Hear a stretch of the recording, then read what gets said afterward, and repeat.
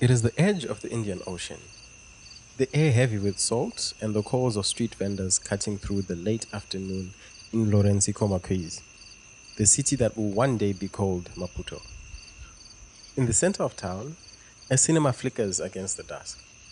The projector's hum is a foreign sound in a place where most people have never seen moving pictures on a large screen. Men in linen suits, women in stiff colonial dresses, sailors, and a scattering of local residents jostle for seats.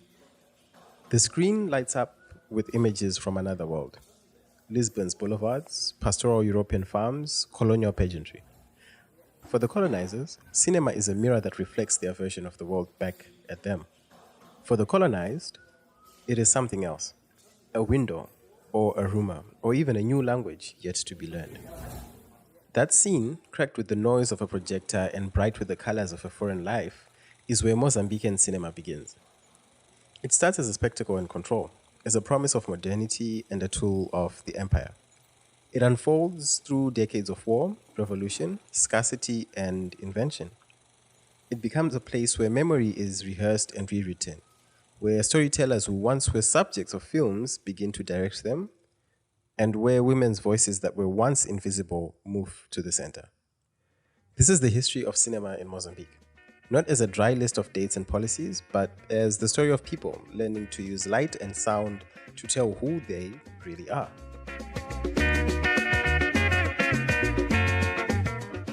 In the early days of the 20th century, a projector arriving in a coastal city did more than bring an entertainment device.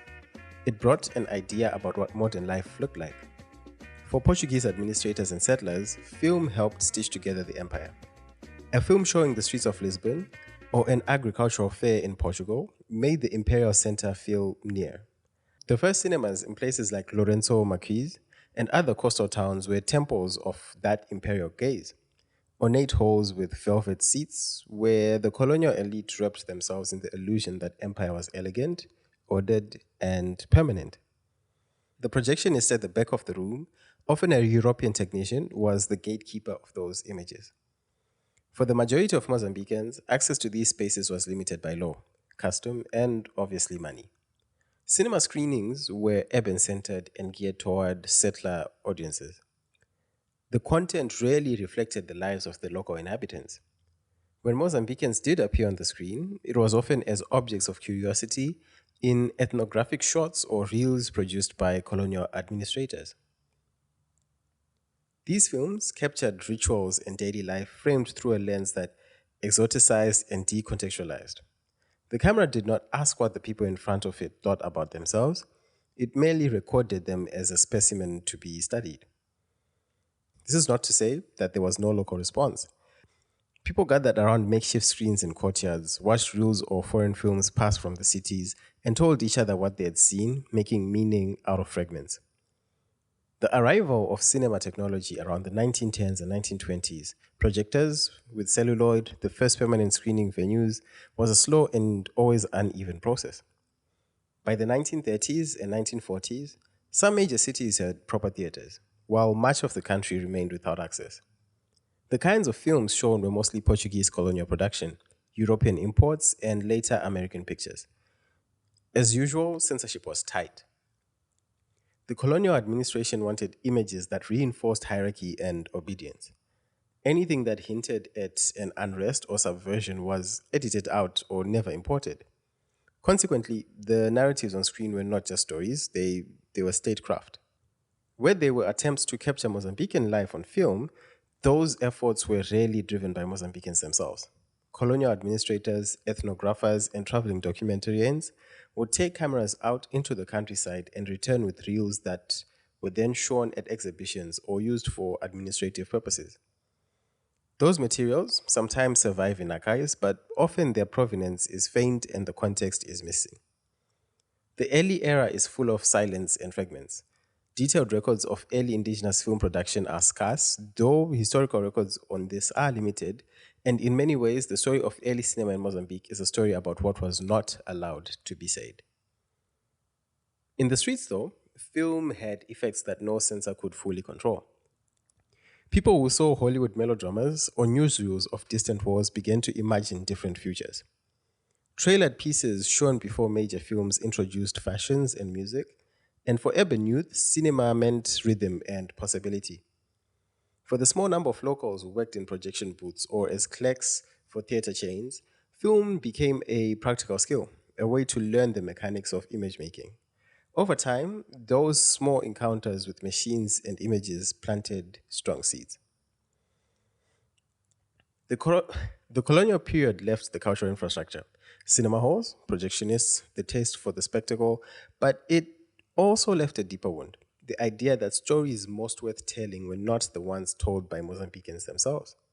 That assumption would be the first thing that filmmakers in the independence era would fight. When cinema is used by power, it always tells you about who is in charge than about who is represented.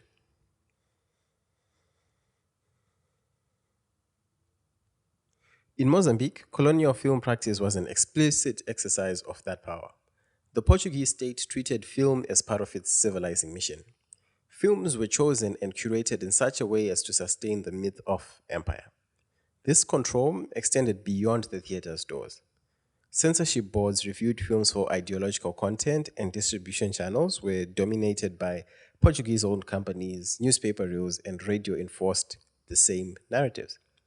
For colonized people, the cinematic image of themselves tended to be a reflection shaped by another hand. Resistance to that shaping happened in many forms, not all of them cinematic at first. People read banned books in secret, attended political gatherings, and told counter stories in songs and in theater. The liberation movement, Frelimo, used all available media to build solidarity, and film slowly became part of the broader cultural repertoire. After independence, filmmakers would look back and identify the colonial film archive as both a resource and something to rebut. Early ethnographic reels could be repurposed to highlight the violence of colonialism, or they could be critiqued for their objectifying gaze. At the same time, not all the people involved in cinema were simply instruments of colonizers. Some Portuguese directors and technicians took a genuine interest in training local talents.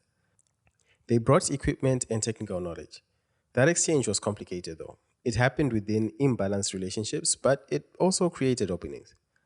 The post independence government would later rely on that technical base as it repudiated the ideology that those early films carried.